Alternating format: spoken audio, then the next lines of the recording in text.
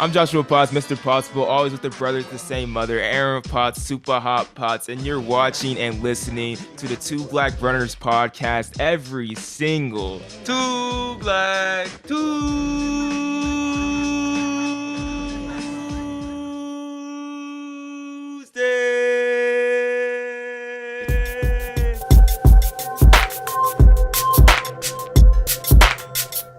Let's get it.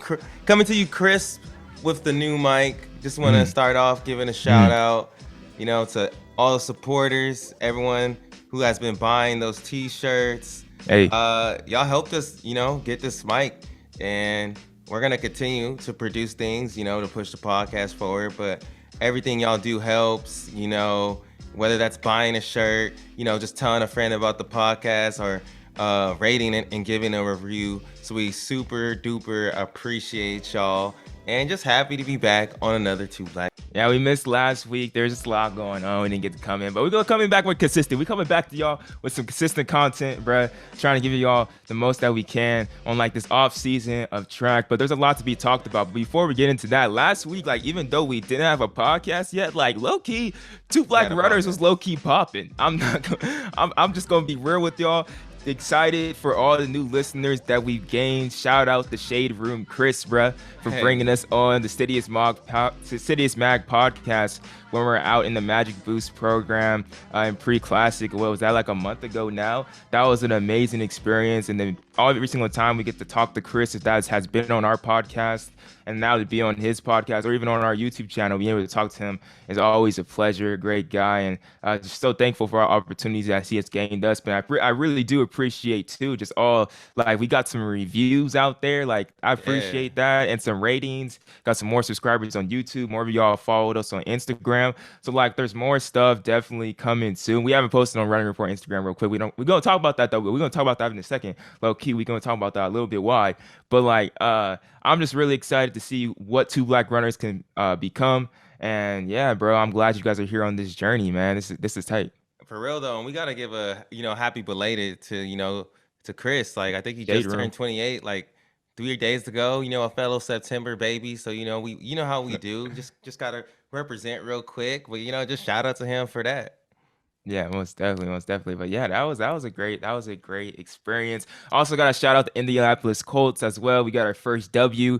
I'm sorry, Aaron, I have to put that in the podcast real quick. I've been struggling. I've been struggling for a minute, bro. But the Colts, we got our first dub. I'm pretty happy. I got my Colts jersey on today, and it's Andrew Luck. It ain't Carson Wentz. I don't trust Carson Wentz like that yet. But I just have to put that in the pod real quick because I'm happy, bro. I'm in a good mood. I'm in a good mood this week. You feel me? Good for you, man. When we overfeated over here on the Raiders, we don't gotta talk about that. So by the time y'all listen to this on Tuesday, we gonna have smacked the Chargers. Y'all usually hear my predictions on other things, but we about to smack them. I got 50 on it with the homie too, so about to come up. You probably easy money. Hey, Justin Herbert kind of nice, bro. You better be careful with that 50. But football season has been crazy. But if y'all haven't been paying attention to the running news, bro, Marathon Madness is back, bro. Well, we got 6 major marathons in 7 weeks. It's insane. We had Berlin 2 weeks ago. The day that we're recording this, London Marathon just happened this morning. Bro, Marathon Madness is back. It's crazy. Super major marathons happening for the next 7 weeks. A lot of action. First off, in the Berlin Marathon, Guy Adola wins the Berlin Marathon, the men's race, and Bekele finishes 3rd place in that race. Let's first start off there, bro. I know the guy he win the race from Ethiopia, but the real story was Bekele, bro. Bekele, this was his comeback race, his return from racing since COVID, since he had that niggle in his calf keeping him out of that London Marathon, bro. Yeah. And he really contributed to his lack of training during COVID because of his bad running, this 3rd place finish, bro. First off, let's talk about this. Bekele's scheduled to run the New York City Marathon. Aaron, is he making it to that starting line? Let's be honest. Is he going to make it to that starting line? It depends on how much you're getting paid. Let's be real. But yeah, and Bekele is just such an interesting dude, man. I think this guy is the master of getting in shape. I know he didn't win this race, but you always know there's something always going on with this training. He got a niggle, he got COVID, he has something going on, but he shows up to race. A lot of the times he drops out. So I know we're approaching this as, Bekele's comeback, but I feel like every time he races these days, it's a comeback. It's just a matter of, is he gonna be on or is he gonna be off? Usually there's not many in betweens. I would say this was definitely in between for him because he ended up taking third, ended up cashing out. But I would love to see him take on the New York City Marathon. I mean, it's an epic major. I mean, I'm not a marathon expert, but it's one of our biggest ones here in the States. You know, Boston, in New York, in Chicago. So it would be interesting to see him there. And whenever he shows up, you know, he's a superstar. Like, that's why we're talking to him about him, even though he got third. He's a superstar. Yeah. So to see him in the States doing this thing, that would be amazing.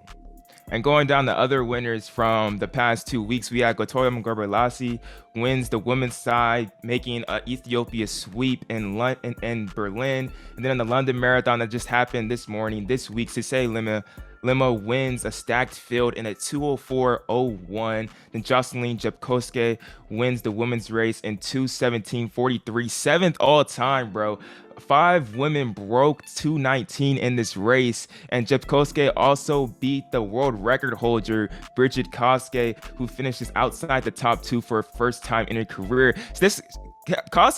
Bridget Kosgei, she was undefeated, couldn't lose, ran 2:14, marathon world record holder. And then at the Olympics, here at the London Marathon, Olympics, she got second, and then here at the London Marathon, she finishes third. That is just crazy. I don't know what's going on, and what did you think about the London Marathon this morning, Aaron? Well, it's like you said, Kosgei, she got second, and this was we had a record 5 women break 2:19 in the marathon. So I think it speaks, Kosgei's loss, it speaks more to the level of the marathoning for the women right now. 2:14 is an amazing and insane record, but I think it could get faster. I think they could run a little bit faster, and we're seeing, I don't know, it's hard to say, you know, did all these people catch up to Kosgei because, like, yeah, they haven't ran 2:14, but they have the confidence to beat her. We haven't really, like with Kipchoge, we seen him lose like one time, like since ear infection.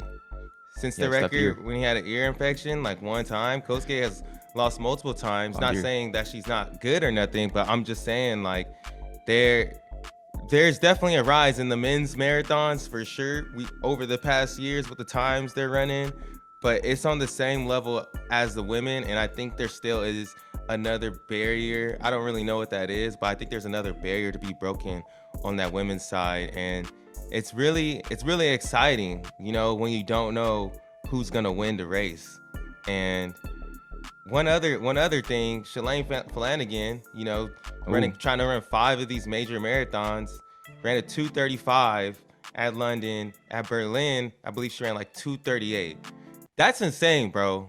Like, you know what the insane part is too? I'm watching a video before. She's like going on this trek of running 6 marathons in 7 weeks. And she's just all like, I want to take full advantage of my health and chase the goal. And which way better to do that than run 6 marathons in 7 weeks? I'm all like, Shalane, why don't you just do a VO2 max test? Like, do the pacer test. Like, take advantage of your health. Like, who wants to do this? But it is crazy. Like, she was kind of saying, like, it's like, this is sort of just like a lunar eclipse year. Like, there's no... When else would you have a chance to do like 6 major marathons in 7 weeks in 42 days?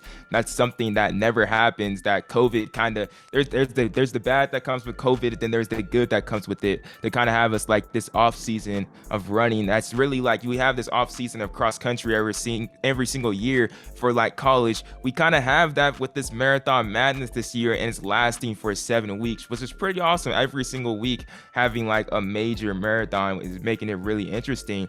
But yeah, but I will say, seeing her coming at Berlin, it was like easy. She wants to do all these at 3 hours. She ran 2:38. She was cruising coming in at Berlin. I saw her finishing at London, bro.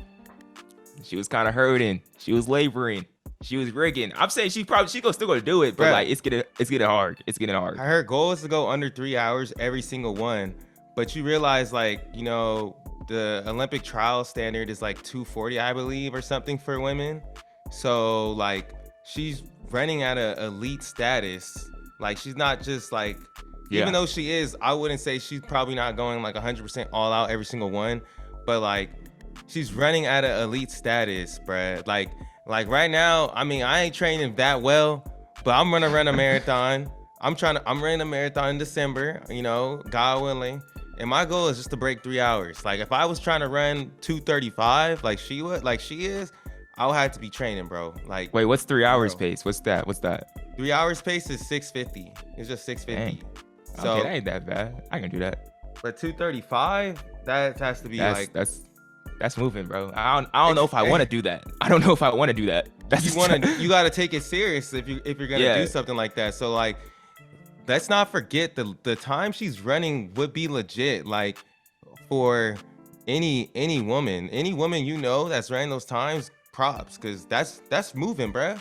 I That's believe still rolling. in Berlin and London, she would have finished like in the teens in the elite section in the elite women races, which is amazing. Like she's already retired, but I think we have to. We were talking about this before the show, and Aaron, like, why doesn't she just do ultras? Like I know she wants to test her strength and everything and test her health, but like I feel like ultras are really interesting, and I haven't done it like ultra. I don't pay attention to it that much, but like Jim Walmsley, like when he's running super fast, it's definitely an interesting story. But I think someone like Shalane Flanagan is a perfect person to go and just crush all the records and bring more attention to ultra marathoning, and it's a perfect opportunity to like really test their health, test their fitness, do 100 miles. Not sure that do 100, but like Hey, doing a 50K or something like that can bring more attention to these things. And like there's amazing events happening. Like was it the Carbon X for Hoka? Like they put on great events too for ultra marathoning. So I think that could be a next step for her that I yeah. thought I would love to see, to be I honest. mean, when you think about it, this is the best way to really market yourself for that. You know, in this strange year where we have 5 major marathons, you do all five, you run, you know, under 3 hours. That's an insane accomplishment. I could see some type of ultra runner doing that. So this could be her introducing herself into the endurance world in that way. And if she does decide to do some type of ultra, she knows she's gonna crush some records. So Yeah. and that's another thing I wanted to talk about too. It's just like, you know, we talked about this all last year with the YouTube meets, and then how like it was a test and how it was going to change the game, and we're slowly starting to see that develop. I think it's the same with these major marathons back to back in the fall. You know, some of the cons are you feel like, I mean, people thought, you know, London was going to be a weaker field. Like some of these major marathons are going to be weaker fields because you got to pick one. They're all back to back. But as we just said, the women's race, they have 5 women under 219. The men ran 204. And some of them, they were trying to go for Kipchoge's record. Yeah. So I think this just puts more eyes on it. It's kind of tough when the times, but I think it puts more eyes on the major marathon, and it gives those athletes more of a chance to like, you know, really market themselves, which I think is kind of cool. Yeah, I definitely see where you're coming from, Aaron. But my thing too, and another talking point we had is all like, bro, like I understand it's giving them people more chance like run these major marathons, but I kind of like the fact of like they're kind of spread out across the year because, bro, like to be honest, like if the marathon doesn't include Kipchoge, Galen Rupp, Sarah Hall at this point, like Bridget Kosgei, and it's in international waters, like bro, like I really don't care. I'm being real with you. I'm being real with you. And low key, that's some of me. That's some of me being someone that wants to be in this game. We call ourselves running report. We got to report running. But like, bro, like I low key can't get up for it. I low key can't get up for it, and just like I don't really know what's going on. But I feel like when you have like the London Marathon being advertised, like it's Bekele versus Kipchoge. Like I'm gonna wake up at 4:30 a.m. to see the race of the century. You know what I mean? But I just feel like it's not being advertised like that, even on these smaller scale meets, because I think we can still do that in some way. But I'm like, Aaron, why don't I care about these international marathoners? I think a thing is too, we, we shouldn't only care about marathons. You know, when I understand, you know, when it's the epic showdown, you know, Bekele versus Kipchoge, like of course you That's gotta hype. wake up. That's hype. But I think we have to start, you know, being like, yo, this is a marathon major. Like this is a big deal because it's a major marathon. This is one of the big ones.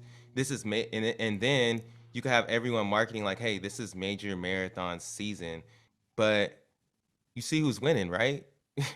It ain't Americans that are up there. Yeah. It's Yeah. Africans. And like you said, the only two Africans you care about is Kipchoge and Bekele. And you know a little about, we know Kipchoge's personality, we know Bekele's. But Sissy Lima, even Bridget Kosgei, like, we really don't know them well. And one thing I was watching Sissy Lima after his race today, post interview with him, and they're trying to, make him speak in English. And he can't really like express himself to the best of abilities. Whereas like I think about like boxing or UFC, Canelo's about to fight. He's speaking Spanish. You got the translator for him. He knows some English. But why Yeah. don't we have like consistently have these translators? Why are we forcing these people to speak in English? And I just don't think the way the Africans are really covered, like really gives them a chance. And that's why I like the major marathons right now, because you're seeing people win that you don't really know of or hear of, but we do got to start marketing them in a way where they can really like show their true personalities. But we won't just rant on here and stuff like that. Like we'll try and do something as well. Cause there's no point of us just to rant on here like, bro, like we ain't talking about cross country, but we'll try and get We in get an here. Maybe we get like a marathon insider or something. Like we gotta make it happen, because if we don't do it, who else is gonna do it? Like someone. Yeah, we for the Yeah, culture. We gonna get educated, man. We we're gonna gonna get educate educated. ourselves. Exactly, bro. And we love, I mean, at the end of the day, I love the sport. And I love what it brings. I love everything that comes from it, So I'm happy that I have the opportunity, with these major marathons to really dip my toes into it and learn some more. So it's always interesting. Yeah, if you guys have any other knowledge to offer to us, like if we like have something that you want to combat to our arguments or something like that, DM us, bro. Let us know.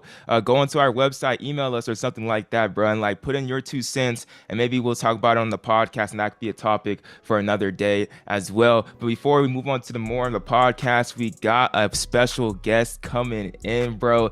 Dr. Strange, redshirt freshman from Portland, Matthew Strangio, is about to join us to talk about his cross country season, because we need to know more about college cross country. It's around the corner too. It's happening right now. So Matt Strangio is going to join us and talk about his cross country season right now. Now here on the podcast, we're joined with Matt Strangio, a freshman on the Portland University, the Portland Pilots. This dude is actually OG Two Black Runners podcast guest, episode 6. He was on Why Not Me. Y'all should check that out. Also, California cross country legend. NXN Legend. All-American, everything like that. The future of the game. But Matt, how's it going, real quick? We want to bring you on, just talk about the cross country season coming up, because we know college cross country definitely topples running news when it comes into the fall. But real quick, just how's it going, real quick? Living this COVID hybrid type lifestyle in college, like it's definitely weird for everybody right now. Definitely. I've been good. Thanks again for having me on. It was a great time last time, so I'm so excited for this one. Yeah, life's been good. It's definitely a bit of relief to have like a more normal semester. Like all my classes are in person stuff, which is like really nice. I totally missed that. Like practices are a bit more normal. We're able to like just do things more as a group and like not have to worry about it. Like we don't have to bring masks on runs anymore, which is real nice. Especially when it rains. Oh my god, like some of those rainy long runs last winter where you were in the buff, it just was like you'd be drowning by the time you're finishing like that run. Whenever you have to pull it up, it was always so annoying. But we're definitely a bit more of a normal year. Workouts are going well. The team's looking really fit. Obviously we raced Dellinger a Thursday ago, so that was a ton of fun, and it went pretty well, all things considered. How does it feel to like for me, around the time we probably talked, I probably had just started working at Hoka, been there now, and I was like one of the first people ever to be like onboarded at Hoka, like online, just working from home. Now you're a part of this epic class that's gonna be remembered forever. That like you, during the midst of COVID, you started like your freshman year. What is it like to say like you're a part of that, and how are you gonna really like remember that? Yeah, definitely. I think my class, and honestly more so the class below me, obviously, felt the effects of COVID a ton. I mean, I only lost my senior track season, which like looking back on it and like how things like played out, like not nearly as bad as the class below us, but I think especially considering how good my class was, like especially me, Nico, Cole, Leo, Cruz, everyone else who I just didn't mention. That's crazy, historic runners for their states and the nation. Tragic. Even kind of losing out on that track season sucked. I think there's a few national records that were gonna fall, maybe not by me, but between some of those guys I just mentioned, a few of the other top guys, there were some mean times that didn't get posted that were for sure going to happen. But we made it work. I think that's one thing that I'll definitely always remember was how resilient we were as a class, especially looking at the Quarantino Classico mile that I actually put on. I think that was a real testament, kind of not only to the nature of the sport, but also just like the nature of my class and just everyone who was involved in that event. Obviously Leo Dashbacher before there, which is super sick. It was a really fun event and just like was nice we were able to do something, especially because like it wasn't really that bad when we put it on. It was pretty safe and no one got sick from it. So that was probably like, of all the things that happened, like I'll always look back on that as like something I can be proud of, even though I didn't get to race it. And something I always look back on as like the highlight of COVID. But it was tough. Besides that, like we looked on to that summer. It was a really hard summer to stay motivated, I think, for all of us, and like no promise of anything. Like we had like Everett Silva, my teammate and good friend, like he barely even trained that summer. No shade to him, but it was just like like we didn't know if there was anything to train for, and it was hard to get out there every day. Luckily when I was home, I had a great supporting cast of like my high school friends and teammates, as well as some like friends from other schools that would come work out with us, especially shout out to Jake Ritter from Cal Poly. We did like every workout together that summer. So it was still rough. Like you really had to kind of like look yourself in the mirror and be like, I want to get out today because one day there is going to be a season and I want to be ready. So it's definitely nice to be through it, but I think like the lessons I learned and the takeaways from COVID will stick with me through my whole life. And I'll just kind of always be something I can look back on and be like, even in like, probably like the hardest time that I've experienced in my life so far, we're still able to like take positives away from it. I think it's something that's going to be really big in the future. And, something I hope everyone at home listening to this, and you guys, of course, could do as well, is, just take something positive from this sucky time. It makes such a big difference. And honestly, I really think from like that quarantine like Classico, and really I don't know if it'll be labeled like the quarantine Classico like 10 years from now, but just what you guys were all doing, like that 2020 class, that year, that summer of COVID was iconic, bro. Like it really was. And I think a lot of people will look back on it, and definitely just for y'all guys as class too, and for you, that's gonna be something that's gonna be great to always look back on, because that was dope, bro. And y'all were running super fast, and I think a lot of y'all are gonna do a lot of great things in the future too, which we all for surely hope. But as you were saying, going into that like freshman year, got the call on campus and everything, and we know you ran into some injuries as well. How was it just battling all that? Because you came off like, you didn't get that season that you wanted, the track season, but you still had those highs, and you were able to get these time trials of like there's still this uncertainty, and then an injury coming along. How was that to really all battle all of that last spring and going into like that cross country hybrid track season and all that stuff? Yeah, definitely. Last year, like the seasons were weird. Having that super late cross season and getting right into the track, it's not normal.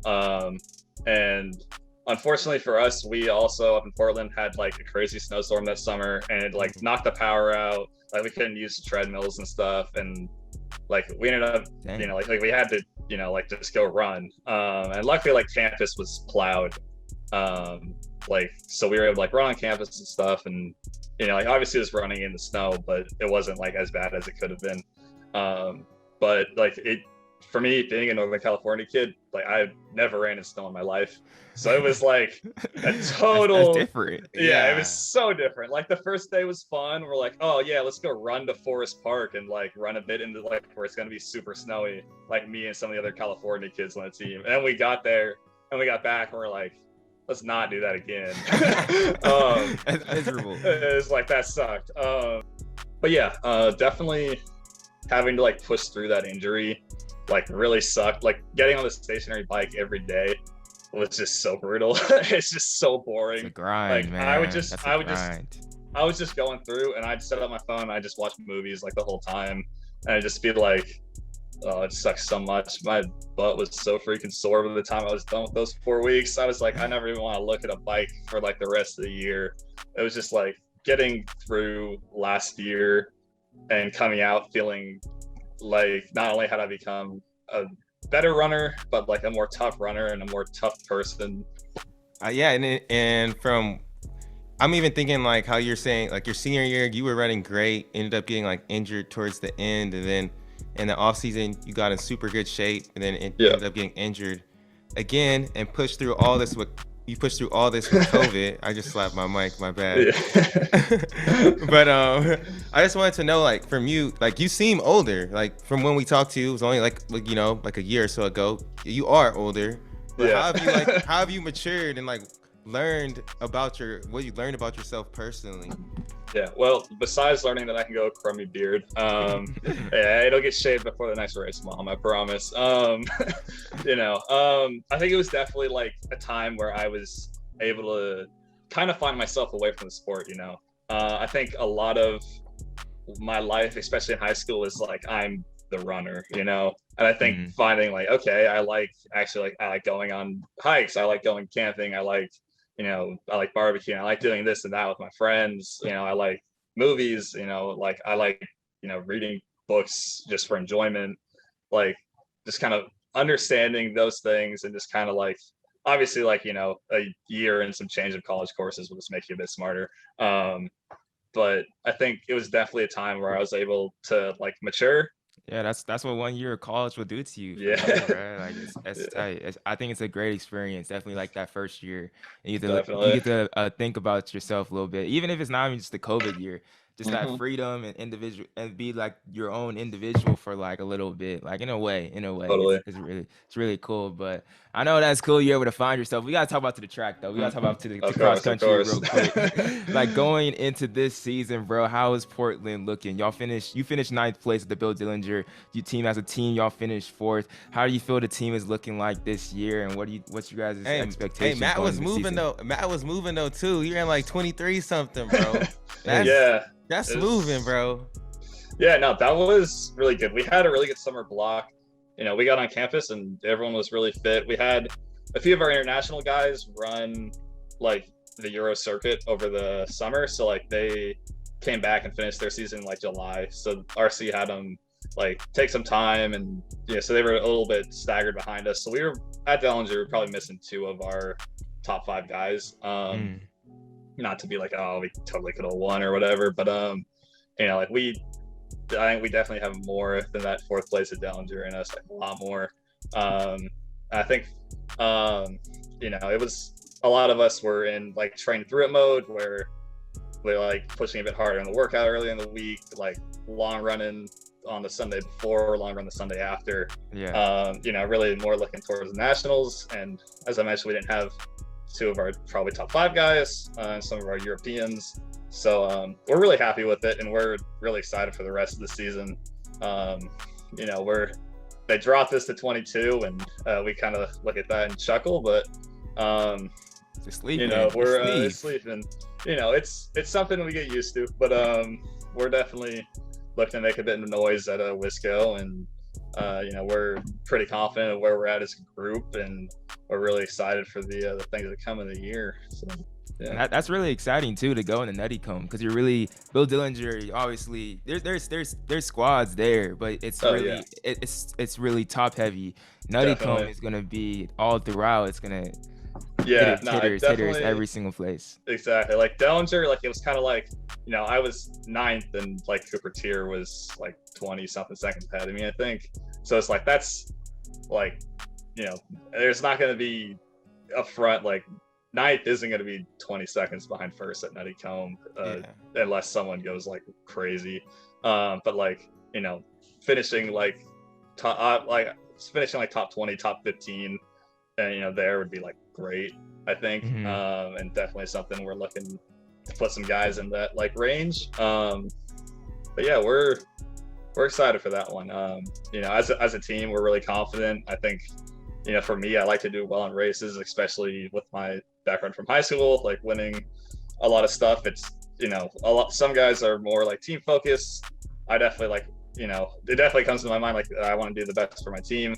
And that kind of helps me to push myself more individually.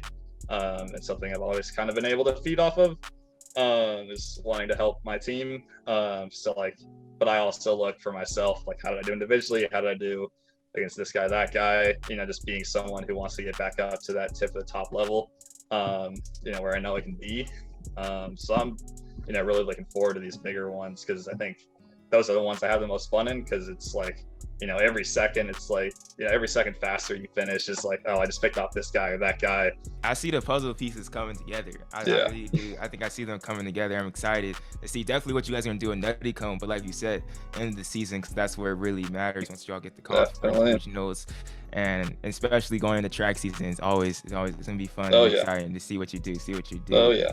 But with, like we were saying, cross country is back. And in our last podcast episode, we were low-key talking a little greasy. I'm not gonna lie to you, we were talking a little bit greasy about cross country and everything. So we got some questions to you, and we gotta play this new segment. You weren't here when we had this segment the last time. It's called False Start.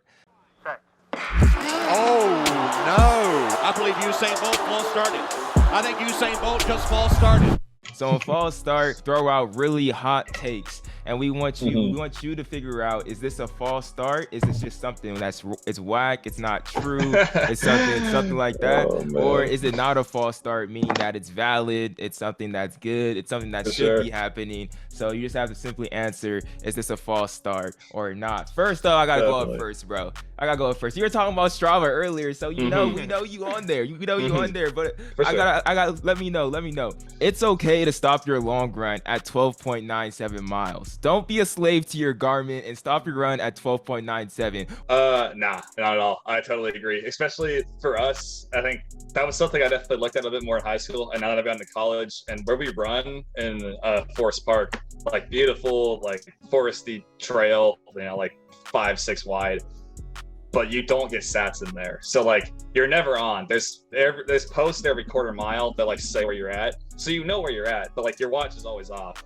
If we go like have a loop that we say is 10, and I know it's usually like I'll hit 10 on it, and we get back, I'm at like 9.5. It's like maybe I'll jog to the locker room to get that extra whatever, but like I'll rarely, like I'll hit 10 and I'll like keep going the rest of the way to the locker room if that's the case. Or I don't care like if about being exactly on. I think it's just not that deep. To be honest. It's really not. It's not that. Running in circles, bro. Come on. Exactly. Yeah, but what if you miss out on kudos, bro? It's like, oh, that wasn't an actual 13. I can't give you a thumbs up. That ain't a real friend. Who be looking at real kudos? Friend, bro. They're gonna give you kudos because of that. Looking at kudos, anyways, man. Hey, another one we got, man. We were talking about these cross country runners, and it's like XC runners need to stop diving into water pits. Like, what's good with that, bro? That's ridiculous. I think, all right, I got two takes on this. One thing, I love it when like ESPN or House of Highlights posts it, because that's just publicity for the sport. Like, is it kind of joke publicity? Absolutely. Like, no one fast is really doing that. Is it kind of entertaining to watch? Like the first time, yeah, but when like I see a video of a compilation for the same race and it's like 10 people belly flopping or doing somersaults in the water, it's like you're doing the most for no reason. Are we doing a mud run? Yeah, Are we doing a mud run or what? My high school coach would have absolutely cut anyone on our team like tried any of that. Like we had a freshman one year win a frost soft race and like do a somersault across the line, and my coach was like so mad. What? So funny, but that's it's pretty like funny though. He won the race too. That's kind of yeah.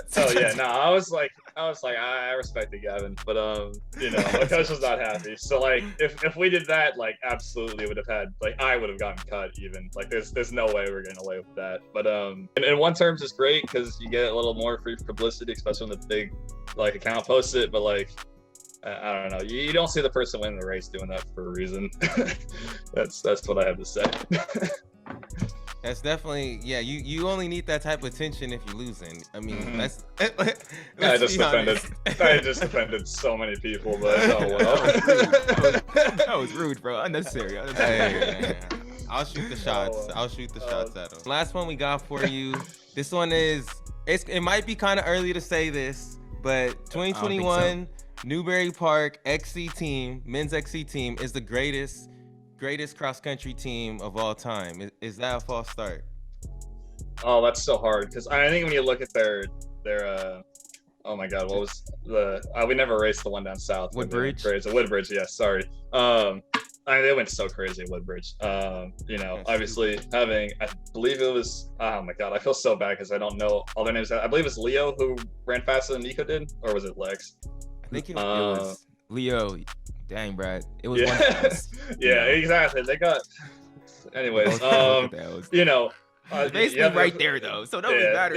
Yeah, right it's like there. You got 4 kids that run within like 10 seconds of Nico Young on the same team. Like, that's ridiculous. So I think in terms of that, like, yeah, I think it'd be very hard to pull a 5 better than their 5. And honestly, I think even if you looked at like through the years, I think it'd be very hard to even like pick like the 5 best kids in like say California or wherever, and put them against them even, and say like I beat these kids. I think it'd be very hard, even if it wasn't like kids on the same team. Just like these are the best kids in California from 2016. Race this Newbury Park team, I think they'd have a hard time. Although I guess actually they will not be the best of all time because those kids are all juniors, aren't they? They're gonna be even better next year.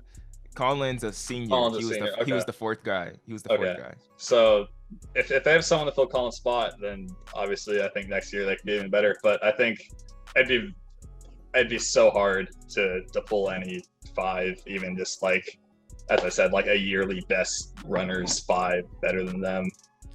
So I'll, you know, obviously anything can happen in a race, but I think if you have their 5 on their day, like, I don't really think there's much beating them. They're doing some crazy stuff down there and it's working. So wait, to take you back to high school real quick, like they're about to race at Clovis, I believe. I think Clovis like in 2 weeks or something. But like, say they're now D1 Newbury Park. So say like you're in high school and you're racing these 4, and like you're always in the mix or winning D1 state. So like, how would you? I don't know how they're gonna race Clovis or how fast they're gonna run, but I'm assuming how they did at Woodbridge, all 4 of them, it was basically like a time trial. All 4 of them ran from the front the entire time. Which is nuts. How would you approach that, bro? Like, how would you approach? You're basically racing Newbury Park. Like, you're not just racing Leo or Lex. You're racing anyone could win. Yeah. So I think, you know, you take even like junior, senior, me, whatever. You throw me in with them. I'm just gonna be a bully. Like, honestly, I know I'm taller and stronger than all of them, so I'm gonna be like, if they're running, like, I'm hitting the back of their elbows. I'm just trying to be an absolute menace without like getting DQ'd or actually being like super like mean. Like, I'm just trying to do little things that annoy people to get someone to kind of like be like, all right, screw this, I don't want to run your mat anymore, I'm just gonna go. They'll either let them go or run with them, and just like however I'm feeling, and just, you know, let it happen and just be there. I know most of the time I can be there at the end, especially in a cross race, that I can just BS a kick and just beat most kids off of being more of a miler than most guys up in the front of cross races. So, you know, I'm just trying to be as big of a menace as possible and just be there with the 400 to go. And that's how I'm taking them on. Like, that sounds like, you know, obviously, like, especially like no one in high school, if you're racing Newbury Park, don't go and like beat up on them in a race. Like, I'm not saying to do that. I'm not saying I'm not trying to raise a group of like physical menaces that are like my cult following. You gotta be the fisted against them, right? Jordan I'm not saying like don't go get DQ, don't go do anything stupid, don't like harass them or anything like physically or emotionally in a race or anything. But like, you know, like you have you have things like you can do that are like racing maneuvers, you know, like Yeah. I'm trying to as often as possible do that. And like, you know, I'm trying to figure out like, okay, I'm knowing this is going to be fast and it's going to be a dogfight. So I'm trying to use everything that I can have that I know I'm good at. Like, you know, I played contact sports my whole life until, you know, high school. So it's like, I've always kind of liked, you know, rubbing up against someone in like soccer or whatever. So it's like, you know, however I can use the stuff that I'm good at and bring it into racing and do it legally, everyone. You know, that's I think how I would do it, knowing that I'm either as fast or faster than the people I'm racing, you know. And you know, I'm also just trying to do like as little of the work as possible. I'm letting them lead. I'm sitting either between them or whatever. I'm trying to not let like all four of them be like 4 wide or like 2 and 2. I'm trying to be in the middle, and I'm trying to mess them up, and like I'm trying to cause a bit of separation. So, you know, just doing whatever I can to make them think and just kind of be a menace and disrupted legally is how I'd go about taking down like 4 guys that are all like sub 850 people. That's crazy. But Gosh, that's great. yeah. Hey, Matt just pulled y'all behind the curtain. He just gave some of y'all the formula. I think they'll appreciate that. I hope a competitive high schooler listening to this right now, and that gets them ready to take down Newbury Park, because that's gonna be a hard Exactly. beat. That's gonna be a hard Yeah, beat, bro. yes, I wouldn't want to be doing it, to be honest. I'm glad I've graduated. You know, I got to race BYU and NAU now, which is basically the same thing. But you know, Exactly. you know, we do our thing, they do theirs. We show up on race, and we do our best. They do their best, and whoever's more fit comes out on top. And you know, sometimes that's just what happens. You know, you have stuff you control, stuff you can't control. You can always control how hard you work and how much effort you put in on a race day. So, you know, put in the most work, put in the most effort in a race, and you'll be doing just fine. It is what it is. Exactly. It is what it is. Well, thanks so much, Matt, for Of coming course. on the pod, bro. We really do appreciate you course. coming on again. OG guest of the Two Black Runners podcast. Make sure y'all follow him on Instagram and all that good stuff. And check out the Portland sir. Pilots. They on the come up, bro. 22. Come Yes, on, man. sir. Put some Yes, sir. respect on Portland Pilots, bro. We got some good youngins. We got some good old guys. It's gonna be a good couple of years for the Pilots. You know, we'll be making some noise. It's gonna be a fun time.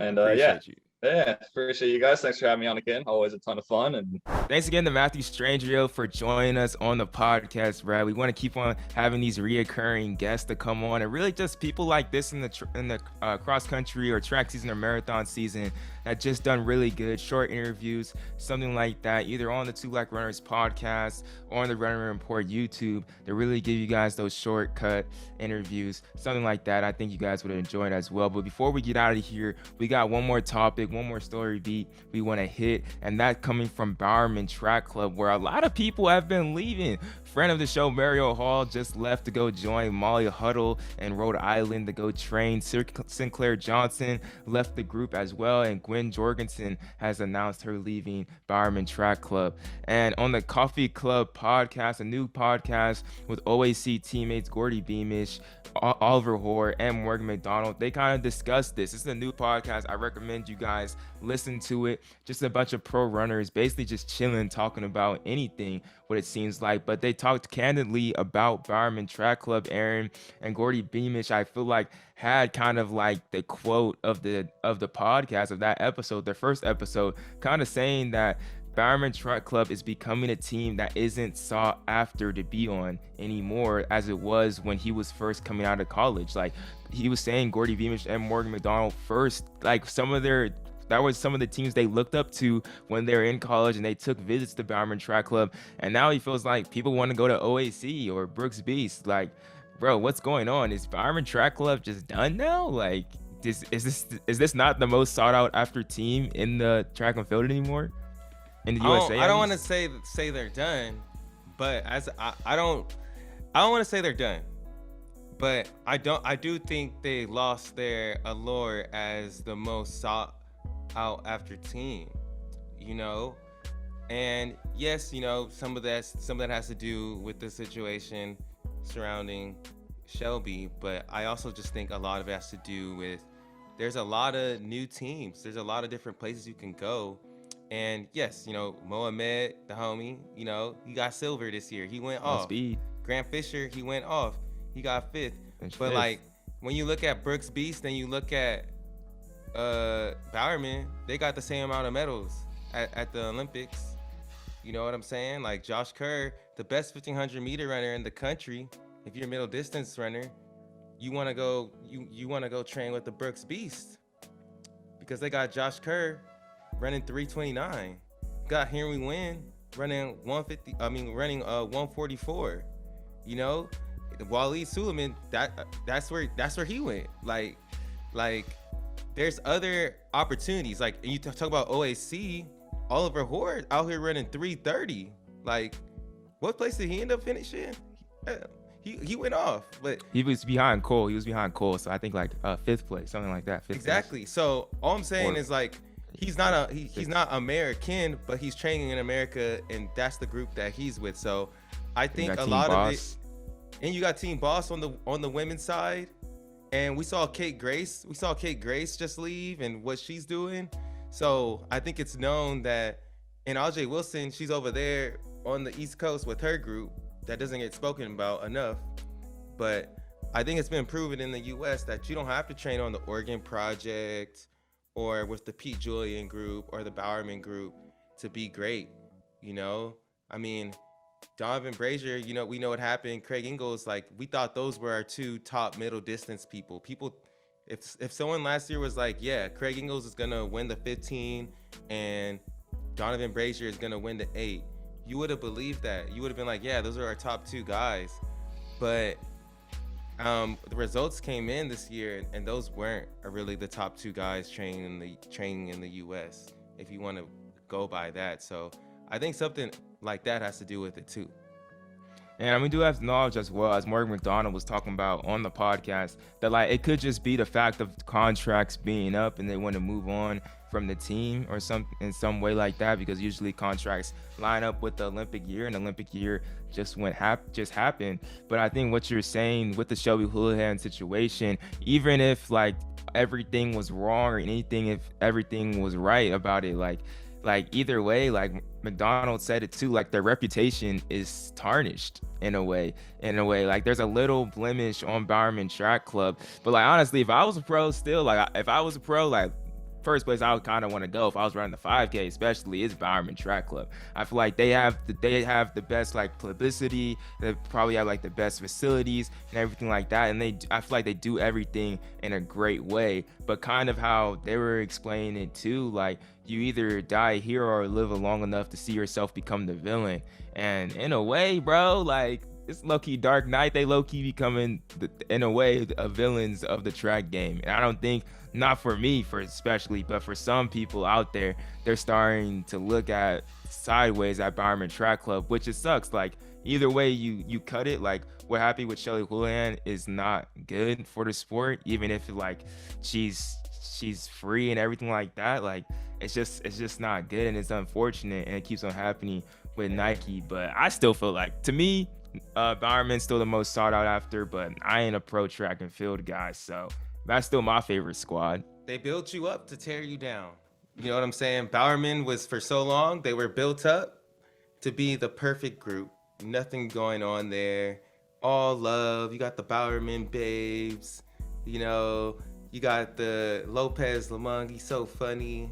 They built you up, and then one thing goes wrong, and boom, you start to turn into that villain. So I wouldn't say they're a villain yet, but we'll see. We'll see as time goes on what develops and how their perception is in the public eye. But I think it's great to just see there's so many different run clubs that you can go to and be successful and feel like you're properly like marketed and invested in. I think that is a positive. Like not everyone needs to just go to Bowerman, or you don't even have to train in Oregon. Yeah, especially like you didn't even bring up like Ellie Purrier in the East Coast as well with New Balance, or Justin Knight where he trains with Reebok as well, or Yeah. Josette Norris. There's definitely people are getting it done all across the country, especially now, and proving that you don't have to be on that you don't have to be on that Nike contract in the US to Exactly. really get it done. Exactly. You can be New Balance, you can be OAC, anything like that. But it's gonna be interesting. We're gonna be following this story and we see how these people succeed. We're always gonna be covering Bowerman Track Club, love Bowerman, and it's gonna be that's crazy. And I also think the Coffee Club podcast too, it's definitely different. They're kind of just talking. If y'all ever listening to if you listen to like NBA and you listen to like Road Tripping's a podcast with like NBA players would like talk on their teams, or like what's the dude Duncan Robinson, he's on the NBA right now in the Miami Heat, and he has like a podcast. It kind of has that same feel. So for them to open up to talk candidly about an issue like this is definitely like, people wouldn't usually do this, bro. It's the inside scoop. Hey, even they're like, oh, people listening, like they talking about Bowerman. They gonna get canceled by Jerry Schumacher. They never gonna come on. You know, people scared for us right now. But that's I feel like that's something interesting and something that brings that's a new aspect of the sport that I love to see, and I hope they keep on having those kind of like tough and uncomfortable conversations for even track fans, but especially for like a track athlete, since they know the people that they're talking about. But yeah, I don't know. It's crazy. It's crazy. Interesting time to be a track fan, especially. But we do appreciate all of y'all joining us on this other episode of the Two Black Runners podcast. If you're watching on YouTube, make sure y'all subscribe, like, comment down below. If you're listening in the podcast, streaming on Apple Podcasts or listening on Spotify, leave us a review, bruh. Rate the podcast. Shout out to everybody that rated and left a review in this past week because of the Citius Mag podcast, bro. We really do appreciate you. Shout out Shade Room Chris one more time, bro. Shout out. That dude's the homie. He's the homie. And then we got anything else? Is that good? Nah, man. Just again, all the new followers, all the new followers that just subscribe, just want to tell you, if you listen this far into the podcast, you truly are a homie, a day one homie. And we appreciate you joining our space today. And, ever since last week, Joshua, you were saying we got about 5 new ratings. We got to read one. We need to read a rating. Like, you got one? You got one? Here, let me pull one up for you. But we really do appreciate, like, every time you guys rate the podcast. So please, if you can find some time, give us that 5 stars, write a nice review, tell us what you like. But this one is from my boy, Pretty Boy's Egg. New podcast acquired, 5 stars. Wow. He said, love the vibes and the topics these guys discuss.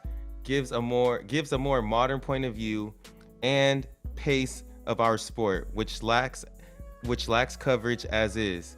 Keep up the great stuff. Thank you, bro. Pretty Boys Ag. Let's get one more though. Dr. Jen Runner. She said, I absolutely love the Two Black Runners' infectious enthusiasm and depth of knowledge about all things track and field. They are absolute joy to listen to, and I love that they ask more interesting questions than the standard how does it feel to. I listened to all the back episodes after finding them at the Trials of Miles, and look forward to many more to come. Yo, this is a real one right here. Shout out. This is a real one right here, man. Dude, there's a lot of good. Wait. Oh, one more. I'm sorry, y'all. This is for the real ones, but I really appreciate everybody that submits this. So we want to read these. Because we truly appreciate it. But I like this one right here. This one's from Don't Call Me Al. Aaron and Joshua bring so much love, insight, and humor to this pod. Their passion for track and field is infectious, and I love the fact that they cover/love the women as much as the men. Hey. Thank you, and OMG, baton talk, still, LOL, more please. Hey, appreciate you. Hey, appreciate you, man. Appreciate everybody, for real. Like, when you guys rate the podcast and we hear feedback like that, really do appreciate it, and it helps. It helps to hear, that we're, covering women, and, those things are in our minds. So appreciate everyone taking out the time to rate the podcast, and that really does help, I believe, with like getting more viewership and things like that. So, yeah. I think so. I think so. That's why I everybody think that's wanted what it does. Yeah, Hey. just something like that. So There's something y'all, like that. y'all Appreciate helping. Y'all helping for sure. Hey, but thank y'all for listening, bruh. See y'all next week on Two Black Tuesday. Let's get it. Yes, sir.